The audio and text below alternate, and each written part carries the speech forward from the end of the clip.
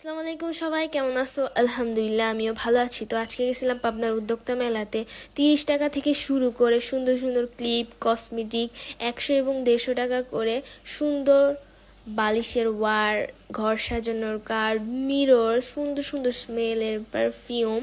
তো এইগুলাই দেখতে আজকে দুপুরবেলা বৃষ্টির ভেতরে চলে গেছিলাম আমরা। তো ইসামতি নদীর উপর দিয়ে বৃষ্টিতে ভিজতে ভিজতে সোজা চলে আসলাম লতিফে।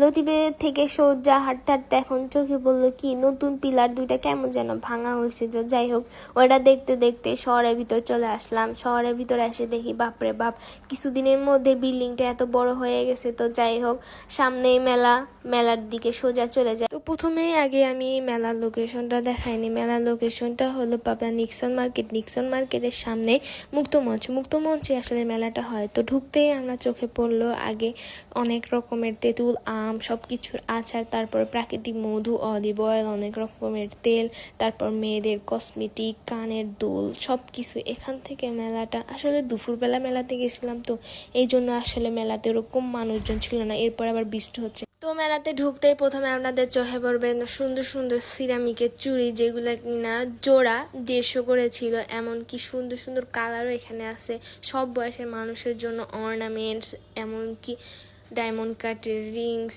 সব কিছুই ছিল ঘর সাজানোর জন্য। সুন্দর সুন্দর কার্ড, তোয়া, এমনকি যারা এনিমি লাভার, বিটিএস লাভার, আসলে এই মেলাটাতে সব রকম মানুষের জন্য সব রকম কিছু ছিল। আর এই দোকানটাতে 30 টাকা থেকে শুরু করে সব কিছু আপনাদের পাচ্ছিলেন। এখানে 30 টাকা করে এক দরে সব কিছু ছিল, যার ভিতরে ছিল ব্রুশ, কানের দুল, চুড়ি, লিপস্টিক, কাঁকড়া।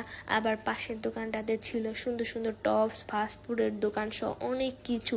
আবার এই দোকানটাতে সুন্দর সুন্দর শাড়ি, কাচের চুড়ি, আবার সুন্দর সুন্দর হাতে কাজ করা চুড়ি, যেগুলো কিনা কাজ দিয়ে সুন্দর করে আর্ট করা, ডিজাইন করা ছিল।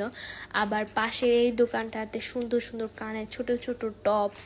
তো এরপরেই আমরা এই দোকানটাতে চলে আসি, যেখানে কিনা 100 এবং 150 টাকা থেকে শুরু করে বিছনার সুন্দর সুন্দর চাদর, বালিশের ওয়ার, এমনকি ফুল দিয়ে কাজ করা সুন্দর সুন্দর কভার ছিল। তারপরেই তো পাশের দোকানটা থেকে সুন্দর সুন্দর বাচ্চাদের কিউট কিউট পুতুল। এরপরে পাশের দোকানটাতে ছিল আপনাদের সুন্দর সুন্দর পারফিউম, যেগুলো কিনা নামাজের সময় ইউজ করে। আর এই পারফিউমটা ছিল আপনার জবা ফুলের, যেটার স্মেল ছিল অনেক সুন্দর। আবার এই পারফিউমটা ছিল অনেক সুন্দর কাজ করা, যেটা দেখতেই অনেক সুন্দর লাগতেছিল। তো যাই হোক, শেষে আমরা মেলার থেকে বের হয়ে আসি।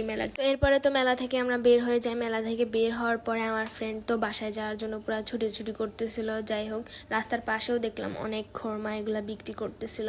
তো যাই হোক, সবাই ভালো থাকবেন, সুস্থ থাকবেন, নিজের যত্ন রাখবেন। আল্লাহ হাফেজ, আজকের মতোই।